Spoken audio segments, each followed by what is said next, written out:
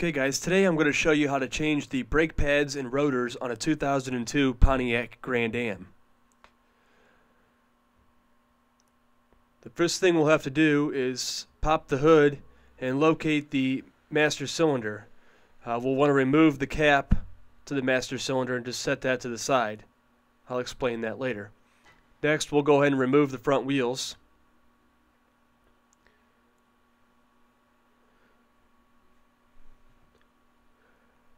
Now once you've got the wheels removed, you want to locate the caliper mounting bolts. You'll see there's two of them. We'll start by removing the top one.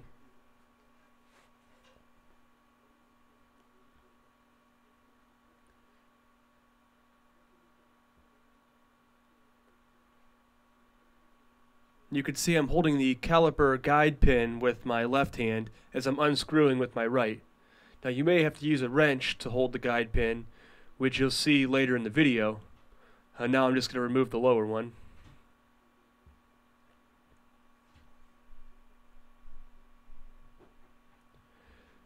And now I'm just going to remove the caliper from the brake assembly. Now if the caliper is stuck, you can use a large flathead screwdriver and gently pry it off. The calipers should hang, especially these small ones, by the rubber hose without damage. Okay, now you want to slide the pads out, and you can see they're just in the guide plates. You can just gently slide those out of the guide plates just like that.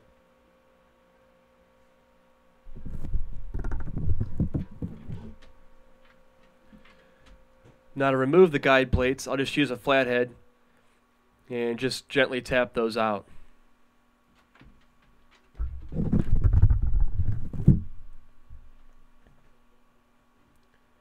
Okay, now to remove the bracket that holds the caliper, you'll see there's two bolts on the back side of that. One here and the other one up here. So you just use a ratchet and unscrew those. Now you only need to do this if you're removing the rotor also. If the rotors don't need replaced, you don't have to take the bracket off.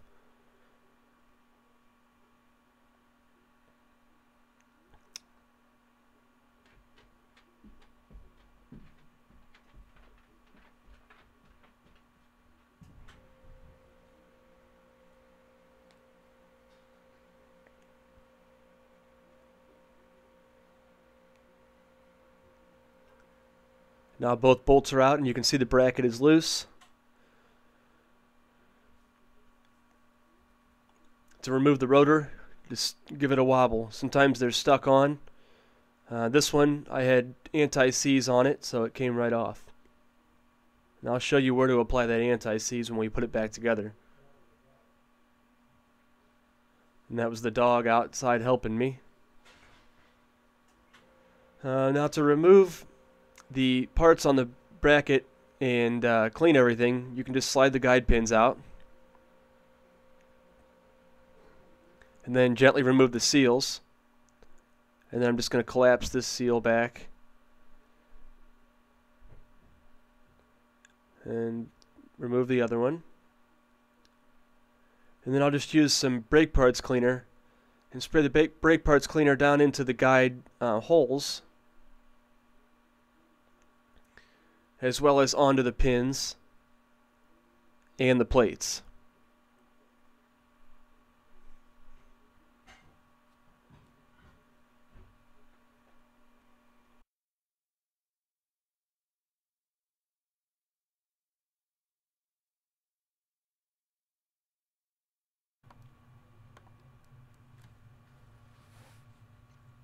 Then you can just take a wire brush and clean the areas where the pads are going to make contact with the guide plates.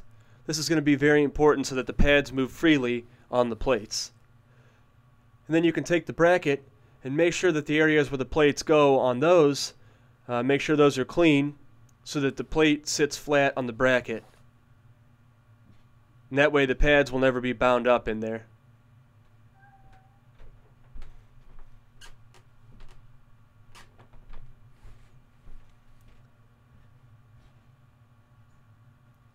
Then once all that's done, you'll be ready to reassemble. You can start by first popping the seals into place.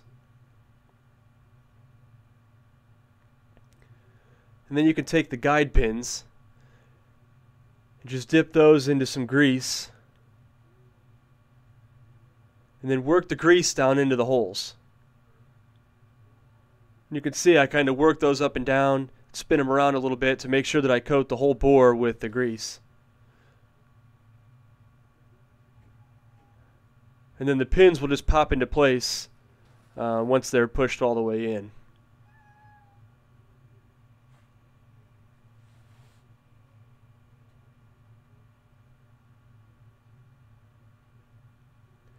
Then you can take the guide plates and apply a little bit of grease to the back sides of those.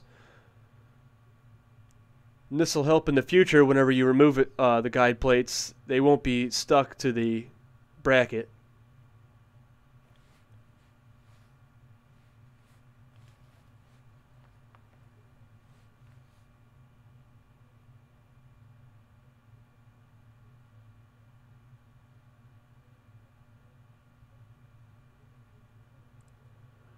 Then the last thing we got to do is just use a little bit of grease and put it in the slots where the pads are gonna ride, so that again the pads don't bind up.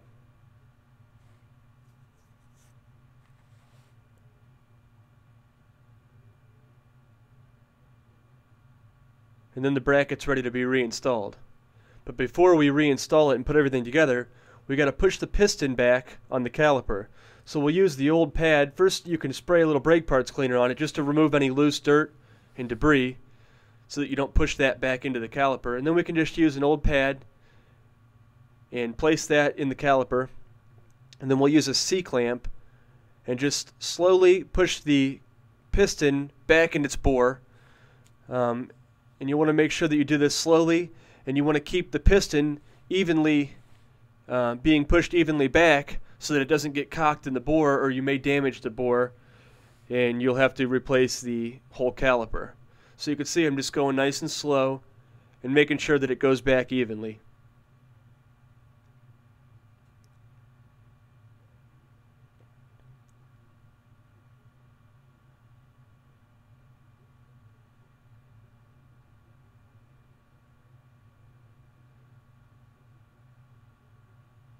This is why we have the cap on the reservoir off, because you're going to be pushing the fluid back into the reservoir. Now you want to remove this little guide plate also and just clean it and the area underneath it. Once you get it clean, you can just pop that back in. Now the hardware kit will come with this piece. It'll also come with the other guide plates and the two seals. It will not come with the pins, I don't think. The pins you have to buy separate. Then you can just take the new rotor and spray that with brake parts cleaner just to get any coatings that they may have on it off. And then that's ready to go on. But before we put that on, you want to make sure you put a little anti-seize on this surface. This is really important because cars that have a lot of miles on them, and even that haven't been properly maintained, the rotors are hard to get off. And by putting a little anti-seize on this surface, you're pretty much always guaranteed to get your rotors back off.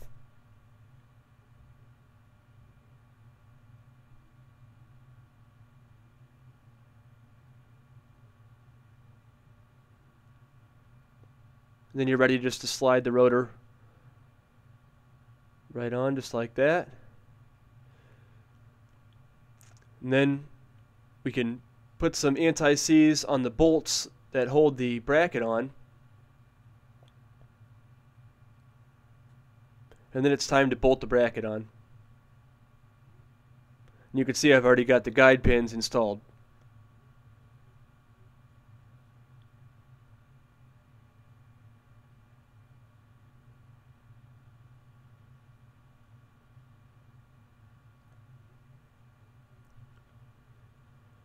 So I'm just holding the bracket with one hand, and with the other I'm starting the one bolt. Once I get that bottom bolt started, I'll grab the other bolt and just move the bracket a little bit until I can get the bolt started.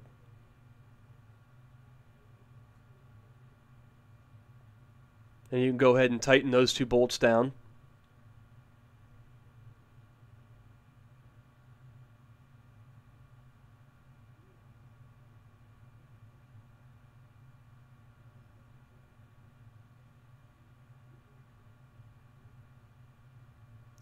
And then you're ready to insert the new pads into the bracket. Now I've put a little bit of grease on the ears of the pads, and I'm making sure that the squeaker is on the outside of the rotor, and it's aiming in the direction that the wheel is going to spin, so that you see it's down at the bottom of the bracket. That's going to be important because that's what's going to make noise when the brake pads wear out. So once that's on, then you can just pick up the caliper and carefully slide it over top of the pads.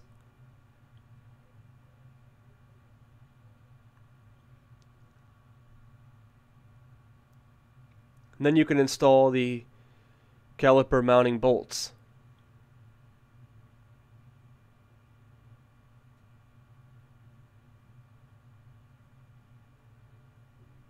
You see I'm using anti-seize on those as well.